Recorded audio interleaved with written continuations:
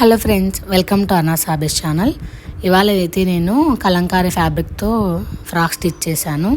ఇది నా కోసమే స్టిచ్ చేసుకున్నా. దీనికి వచ్చేసి ఈ విధంగా బుట్ట హ్యాండ్స్ పెట్టి స్టిచ్ చేసా.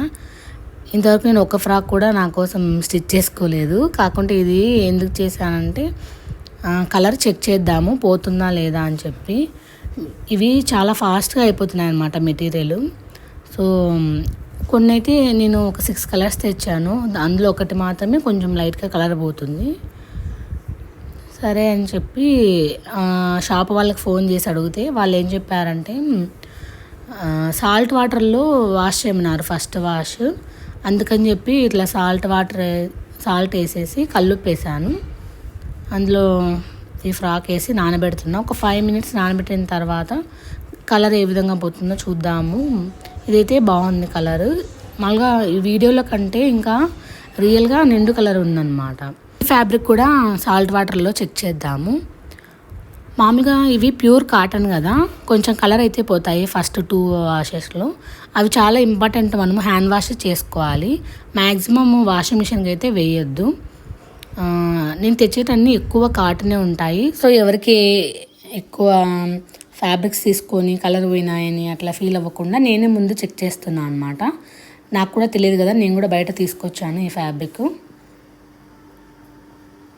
ఇట్లా 5 మినిట్స్ అట్లా ఉంచిన తర్వాత ఇది కలర్ అయితే డార్క్ కలర్ అయితే పోవట్లేదు, కానీ దాని మీద మనకి కొంచెం బ్లాక్ ప్రింట్ వేసేటప్పుడు బ్లాక్ లైన్స్ అట్లా వాడతారు కదా, అదైతే కొంచెం కలర్ పోతుంది. చూడండి ఇక్కడ అది ఆ విధంగా కలర్ కానొస్తుంది అన్నమాట. లైట్గా అయితే అది కూడా మెయిన్ కలర్ కాదు, బ్లాక్ ప్రింట్ వేసినప్పుడు కొంచెం కలర్ ఉంటుంది కదా, అది పోతుంది. కానీ ఇట్లనే మనము డెలికేట్గా వాడుకోవాలి కాటన్ది. ఎక్కువ సోప్ వేసి లేకుంటే వాషింగ్ మిషన్లో వేసి తిప్పడం అట్లా చేయొద్దు. ఇది ఫ్రెండ్స్ ఇవాళ వీడియో.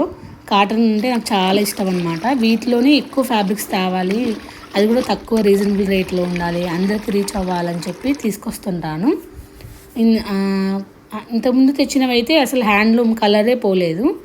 ఇవి కలంకారీ మాత్రం కొంచెం చూసుకోవాలి, ఎక్కువ కలర్స్ ఉంటాయి కదా ఇందులో. మళ్ళీ సెకండ్ టైం కూడా వాష్ చేస్తున్నాను అనమాట. ఖచ్చితంగా ఈ ఫ్యాబ్రిక్స్ నీడలోనే ఆరేసుకోవాలి, అది కూడా తిరగదిప్పి అట్లా కూడా ఆరేసుకోవచ్చు. మీకు కూడా ఏమైనా టిప్స్ తెలిస్తే కలంకారీ ఫ్యాబ్రిక్స్ కలర్ పోకుండా ఏ విధంగా ఉండాలని ప్లీజ్ కామెంట్ చేయండి, చాలామందికి యూజ్ అవుతుంది. నేను ఇవి మళ్ళీ రీస్టాక్ చేయాలనుకుంటాను ఈ ఫ్యాబ్రిక్, అందుకే ఈ test. Thank you for watching.